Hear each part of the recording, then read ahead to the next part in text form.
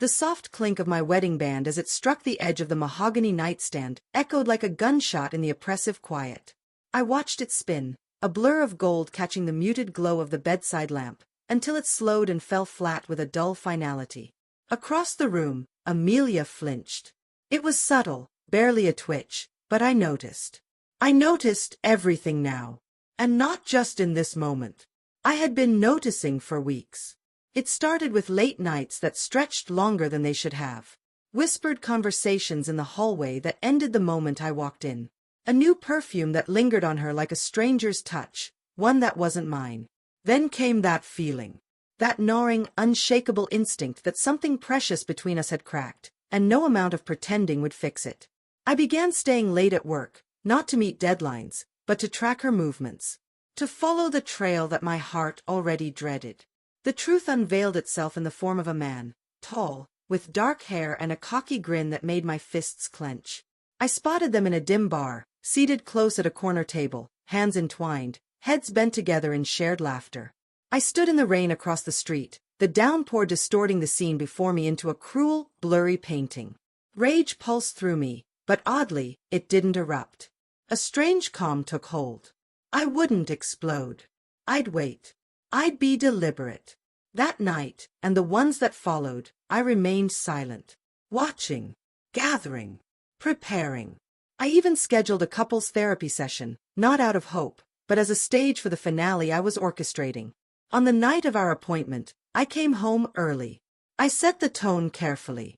2 glasses of wine, the expensive kind we'd kept for special occasions, waited on the counter.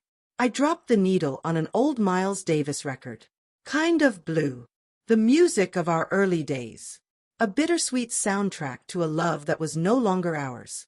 When Amelia entered, her smile faltered, a forced expression she'd worn like a mask lately. "Wine?" she asked, her voice tight. "Of course," I replied smoothly, hiding the storm churning inside me. "Thought we could relax a little before the session." She lifted the glass with a trembling hand. Still wearing her coat, that oversized dark trench that looked like it was trying to hide her. "You okay?" she asked, scanning the room like it might offer her a way out. I met her gaze. "We'll discuss it at therapy," my eyes told her. That's when I slipped the gold band from my finger and placed it on the nightstand. The click rang louder than anything in that room.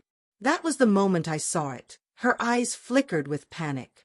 Then her hand moved under her coat, subtly, quickly.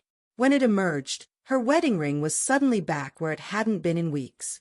She'd slipped it on like a shield, thinking it might protect her from the storm she now knew was coming.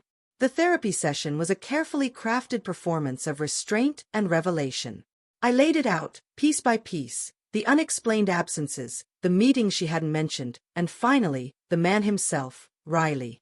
I presented photos, text threads, even a receipt from the hotel they'd visited. The therapist, a young woman, barely concealing her shock, looked as if she was witnessing a slow-motion disaster. Amelia tried to lie. She fumbled, denying, grasping at excuses. Her perfectly constructed image crumbled. And when there was nothing left to deny, the tears came, desperate, messy, pleading. "It just happened," she sobbed, gripping my hand. "I didn't mean to. I love you, I swear I do." I looked down at her fingers, at the ring she had hastily put on, and I realized I no longer recognized the woman I had shared 15 years with. "You know," I said quietly, my voice unervingly calm, Riley called earlier. He sounded nervous. Asked if our therapy session was still on. Her face turned pale. She hadn't known I'd paid Riley a visit, that I'd cornered him in his apartment days before. He'd folded quickly, gave up everything, timelines, stories, texts. Hoping to save himself, he didn't hesitate to betray her. I had arranged for a friend, a lawyer, to hand her the divorce papers right there, in that very room. Her reaction was everything: confusion, heartbreak, disbelief. But it wasn't over yet. In the weeks that followed, Amelia's carefully curated world collapsed.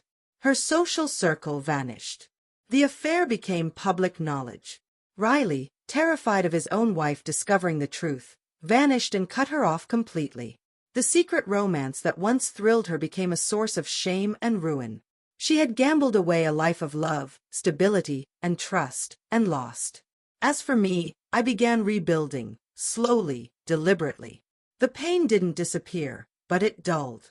I poured myself into my work, reconnected with old friends, and rediscovered things that had once brought me joy. Eventually, I started dating again, cautiously, but with a clearer sense of who I was. Months later, I was at dinner with a friend when I saw her again, Amelia. Alone, tucked in the corner of a quiet restaurant. Her hair hung flat around her face, her clothes plain and tired. There was an emptiness about her, like someone permanently lost. Our eyes met. For a fleeting second, I saw something, regret, maybe. A spark of the woman I'd once adored. Then she looked away, unable to hold the moment.